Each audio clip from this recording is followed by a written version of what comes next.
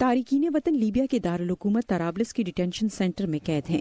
بحیرہ روم سے ریسکیو کرنے کے بعد انہیں یا تو وطن واپس بھیجا جائے گا یا بھیڑ بکریوں کی طرح طرابلس میں بحریہ کے اڈے پر پہنچا دیا جائے گا۔ ایسی تصاویر اور حالیہ رپورٹس نے لیبیا کی حکومت کو جواب دینے پر مجبور کیا ہے۔ حکومت نے ایک تفتیشی کمیٹی تشکیل دینے کے لیے براہ راست ہدایات جاری کی ہیں تاکہ حقیقت کا پتہ چلایا جا سکے اور مجرموں کو گرفتار کر کے انصاف کے کٹہرے میں لایا جا سکے۔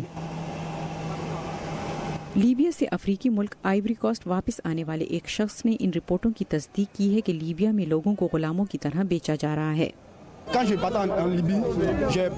جیسے ہی آپ لیبیا پہنچتے ہیں تو سب سے پہلے لوگ آپ کو لے جا کر بیچ دیتے ہیں۔ مغربی افریقہ میں چاہے آپ کا تعلق کسی بھی ملک سے ہو، وہ آپ کو صرف 700 امریکی ڈالرز میں بیچ دیتے ہیں۔ فرانسیسی صدر ایمانوئل میکرون نے اقوام متحدہ کی سیکیورٹی کونسل سے مطالبہ کیا ہے کہ اسمگلروں کے اس نیٹ ورک کو ختم کیا جائے۔ انہوں نے علاقائی حکومتوں پر بھی زور دیا ہے کہ تارکین وطن کا بوجھ برداشت کرنے میں وہ لیبیا کی مدد کریں۔ Il n'y a pas aujourd'hui de gouvernement stable. Libya میں اس وقت کوئی مستحکم حکومت نہیں۔ ہم وہاں ایک دیرپا سیاسی حل کے لیے اقوام متحدہ کی ثالثی میں سرگرمی سے کام کر رہے ہیں، لیکن لیبیا فی الحال یہ دباؤ برداشت نہیں کر سکتا۔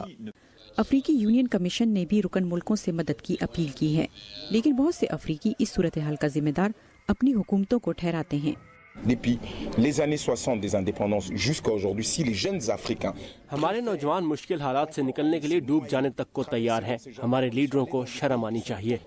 انٹرنیشنل آرگنائزیشن فار مائیگریشن کے مطابق لیبیا میں پھنسے تقریباً 9000 تارکین وطن اس سال اپنے گھروں کو واپس جا چکے ہیں، لیکن نئے لوگوں کی آمد کا سلسلہ اسی طرح جاری ہے۔